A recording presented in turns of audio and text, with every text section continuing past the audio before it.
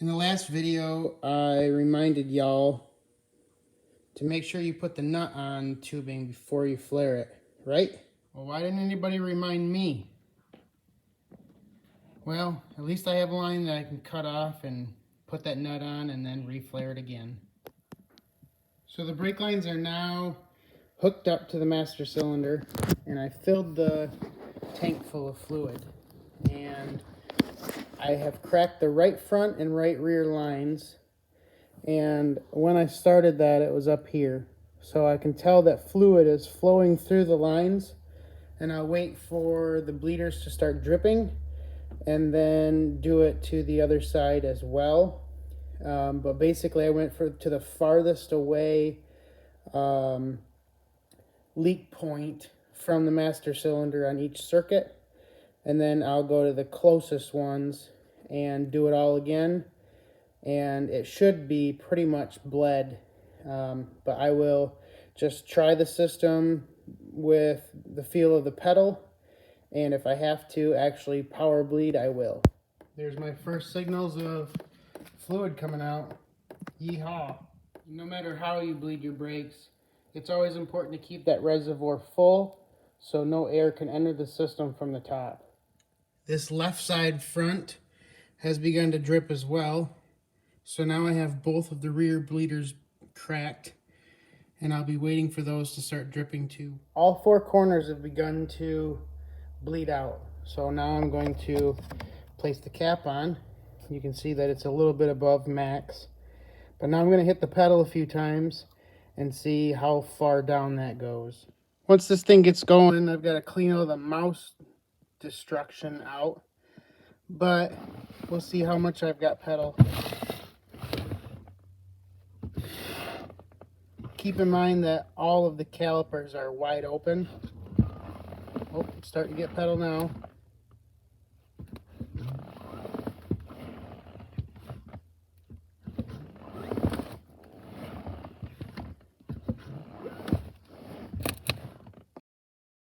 So it's clear to me that we're going to need to do some actual bleeding, where I press on the brakes, or actually probably one of the girls are going to push on the brakes, and I will do the dirty job of getting brake fluid sprayed all over. I should teach them how to do that part. Now they won't have to complain about pumping so much, huh? Pump!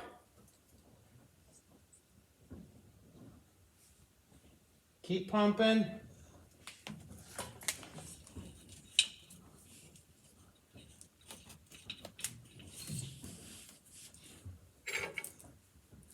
Now hold it down.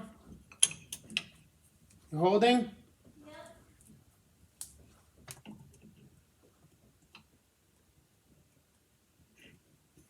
Good. Pump. Well, we ended up getting brakes, so I decided I'd start working on this power steering hose. And come to find out, along with a leak at one of these fittings here, where am I? Right there, where the rubber hose meets the steel line, there was also a pretty bad leak on that return line. That's part of the power steering reservoir.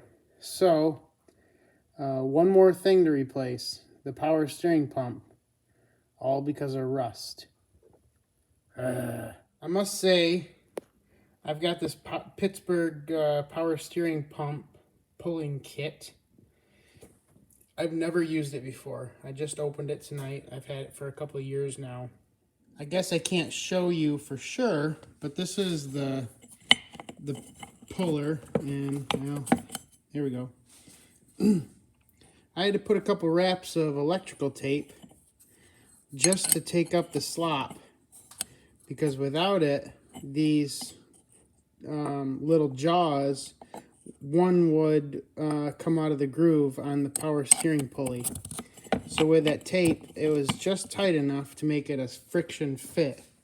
And that's the only way I was able to make that puller kit actually function. All right, deep down in there is a brand new rebuilt power steering pump.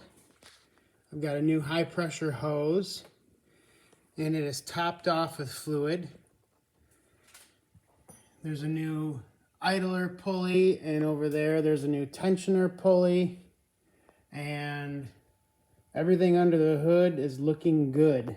So what's left with this project? I have to put some drive shafts in this truck and take it for a spin.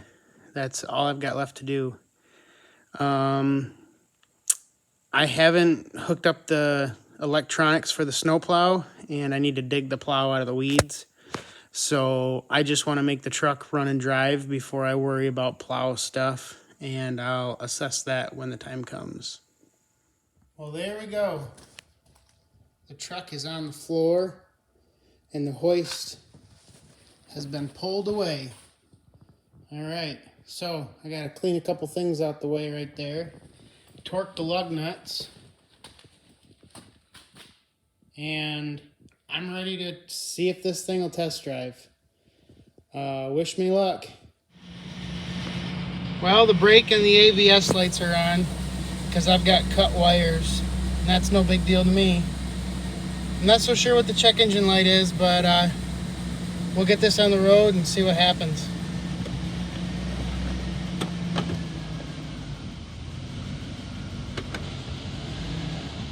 Well,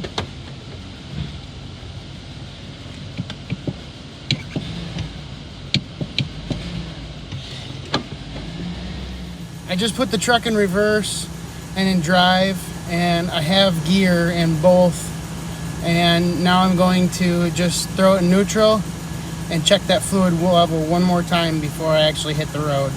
I'd hate to fry it just starting everything right now.